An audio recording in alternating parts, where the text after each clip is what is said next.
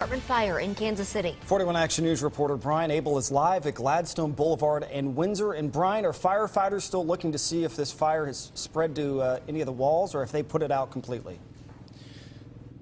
No, it's been put out completely, Patrick. And an update, we just found out that fire investigators have pinpointed where that fire started. It was a mattress. So we know what sparked the fire. We just don't know how that fire sparked. But I want to bring your attention over to two folks that were in this apartment as this happened in the 6th unit. This is Warren and Nancy. And Warren, just kind of give me a walkthrough of what happened when you woke up this morning and what you saw. Well, the alarm clock went off at 5:30.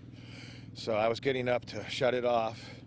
And I was having trouble trying to get the snooze on. So as I just said, I'm just go ahead and turn it off and jump in the shower.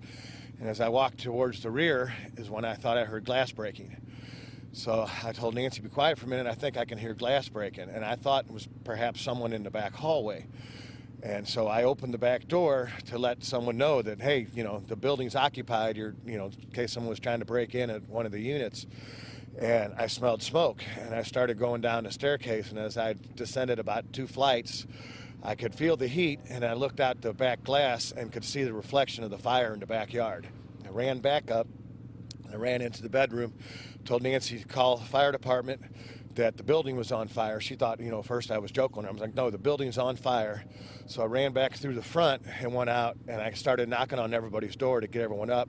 Started on the 3rd and was working my way down and heard, one response on the 2nd floor and got down to the 1st where we have kids living and was really worried about that.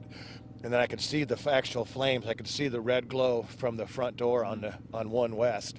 I knew that's where it was. Went back up, and she was still on the phone with the dispatcher and said, we've got to go now. Get dressed. Let's get out of this apartment. We tried to go back through the back, and the smoke was too bad. We got down about 1 flight of stairs, and we couldn't.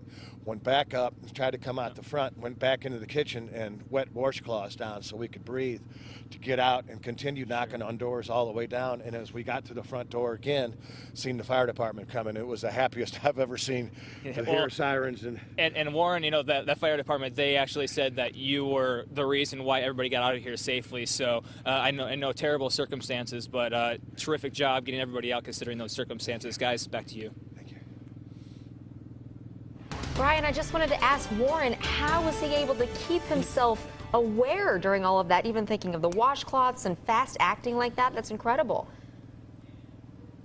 Yeah, Lindsay Shively wants to know, how are you able to keep yourself aware and in the moment enough to be able to get everybody out and get yourself out as well? I didn't even think about it. I just thought about the kids downstairs, thought about the neighbors, and everyone was sleeping, and I didn't imagine anything else but getting everybody up, because I figured within minutes the building was going to be engulfed. So, I knew that a first floor apartment was from front and back, and I just wanted to get everybody out safe.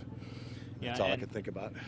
Thank you so much, Warren, for telling us how this all went down. And of course, they said that there was just so much smoke that you could barely see it from what Nancy was telling me earlier. So there you have it, Lindsay. Incredible. Such quick thinking. Yeah, Thank you. Thank you, Brian.